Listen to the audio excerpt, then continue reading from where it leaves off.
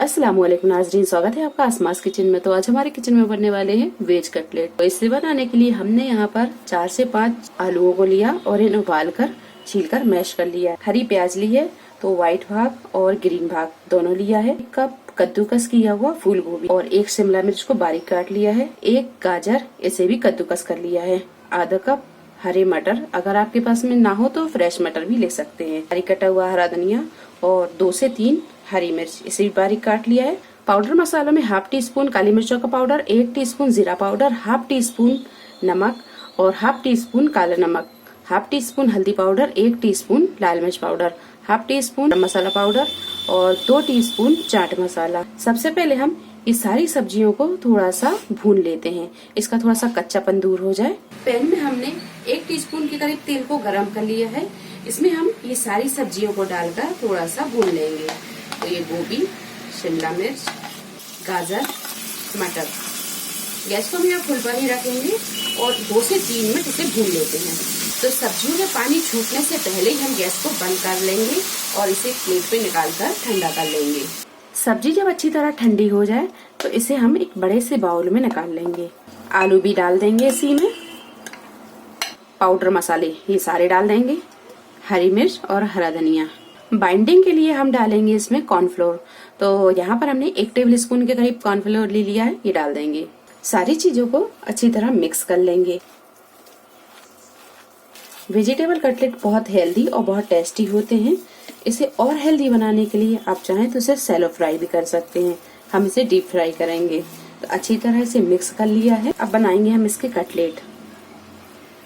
तो कटलेट आप ना ज्यादा बड़े रखें ना ज्यादा छोटे रखें, मीडियम साइज के ही रखें ताकि ये फ्राई होने में अच्छे से फ्राई हों। और इस तरह के कटलेट बनाकर आप तैयार कर लें। इसे एक प्लेट पर रखते जाएंगे। इसी तरह हम सारे कटलेट को बना लेंगे। तो सारे कटलेट हमने बना लिए हैं। इसे कोट करने के लिए 2 टेबल स्पून मैदा ली है। इसमें हम थोड़ा सा पानी डालेंगे और इसका घोल बनाकर तैयार कर लेंगे। और ब्रेड क्रम्ब लिया है। तो सबसे पहले हम इसका घोल तैयार कर लेते हैं। इसमें हम थोड़ा थोड़ा सा पानी डालेंगे और इसे अच्छी तरह घोल लेंगे। मैदा के घोल को आप ना ज्यादा गाढ़ा रखें और ना ज्यादा पतला रखें। पतला रखेंगे तो कोटिंग अच्छे से नहीं लगेगी। तो आप यहाँ देख सकते हैं ये ना ज्यादा गाढ़ा है और ना ज्यादा ये पतला है। चलिए तब हम लगाते हैं इस पर कोटिंग। तो कटलेट को इस तरह उठाकर और फिर चम्मच से आप इसे इस तरह कोट करें।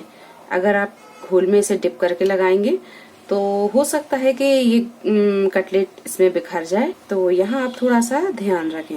तो इसमें लगाएंगे ब्रेड क्रम्ब और इस तरह का कटलेट बनाकर आप तैयार कर लें। इसे एक प्लेट पर रखते जाएंगे। कोटिंग लगाने के बाद में अब इसे हम रखेंगे फ्रिज में। तो 10-15 मिनट के लिए हम रख देते हैं ताकि अच्छे से सेट हो जाए। अगर आप इसे फ्रीज करके रखना चाहते हैं तो 10-15 मिनट के बाद में फ्रिज में से आप निकालें और एक जिपलॉक्स बैग में डालकर इसे फ्रीजर में रख दें। और जब भी आपका खाने का मन हो तो निकालें और फ्राई कर लें। तो अभी हम इसे रखेंगे फ्रिज में।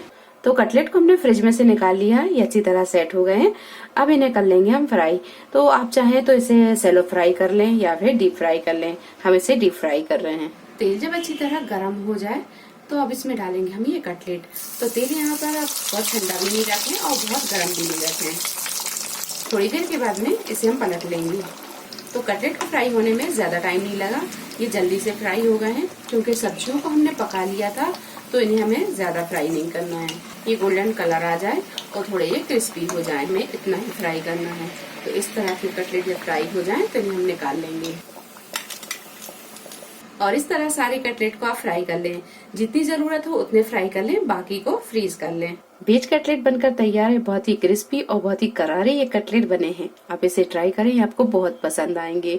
तो रेसिपी पसंद आई तो इसे लाइक और शेयर करें, चैनल को सब्सक्राइब करें। तो अगली नई रेसिपी के साथ फिर हाजिर होते हैं। तब तक अपना ख्याल रखें। अल्लाह हाफिज।